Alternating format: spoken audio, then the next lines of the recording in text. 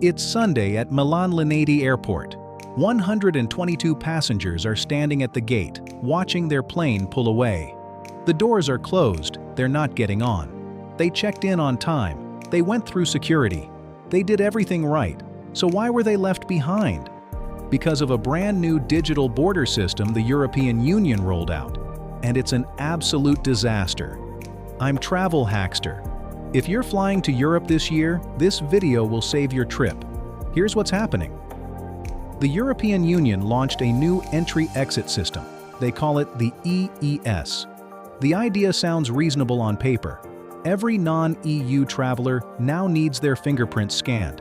4 fingers on the right hand, plus a facial biometric. The theory? You register once. The system remembers you. Every future trip, it's just a quick face scan. No more passport stamps. No more long questions at border control. That's the theory. Here's the reality. At Milan Airport, this actually happened.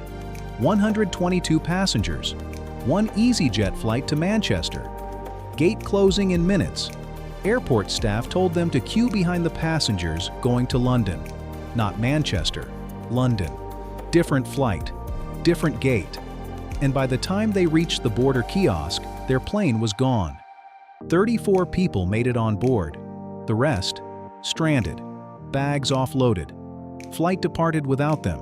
And here's the part that should make you furious. Nobody took responsibility. The airport said it was the border police's fault. The airline said it had nothing to do with passport control. They waited as long as they could. The border police blamed the broken IT system. But notice what nobody said. Nobody said, "This was our mistake. We will fix it." Instead, 122 people were just left. No compensation, no apology, no accountability, and Milan is not the only problem. Vienna and Salzburg? The system is working well there, apparently. But other airports, it's a different story. Travelers are reporting the system asks for fingerprints again even after they've already registered. The EU says you only need to do it once, but at some airports, the system isn't saving the data properly, so they make you do it again, and again, and again. The travel expert Simon Calder, who's been covering this for a decade, says some airports are using manual passport stamps again because the digital system simply doesn't work with their IT setup. Dover Port, the Eurotunnel terminal, certain French border crossings, all back to old-school stamping. It is not one unified system. Every country is handling it differently. Every airport has different procedures, and you, the traveler, are the one who pays the price. Rule 1. Arrive at the airport absurdly early. If you're checking a bag, the desk may not open until 2 hours before. Fine. Be there when it opens. If you're carry-on only, aim for at least 3 hours before a European departure. Rule 2. Travel cabin bag only whenever possible.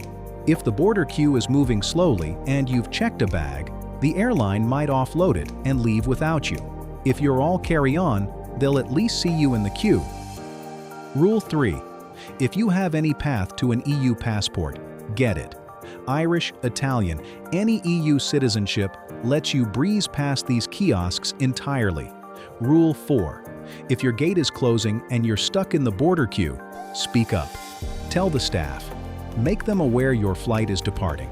The 34 people who made the Manchester flight either had EU passports or told the staff they were on the London flight and got waved through.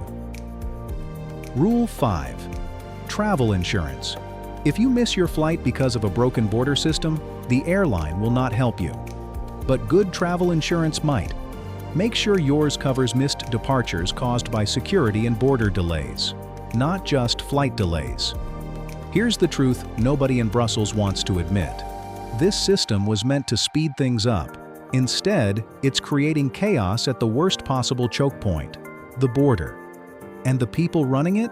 They're pointing fingers while travelers miss flights. The system was supposed to remember you. Instead, it keeps asking for your fingerprints like it's never seen you before. It's a digital border that often doesn't work, and the backup plan is a rubber stamp and a long queue. The fixes are obvious. Open check-in desks earlier. Prioritize passengers whose gates are closing. Hold airlines accountable when the failure is on the airport side, not the travelers.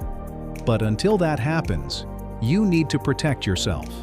Few more things. Take a photo of your boarding pass. Screenshot any messages about gate changes or delays. You want a record of exactly when and where you were, in case you need to file a claim. Keep your passport and boarding pass together and accessible. Do not bury them in your bag. Every second you spend digging is a second the queue moves without you. Bring water and a snack.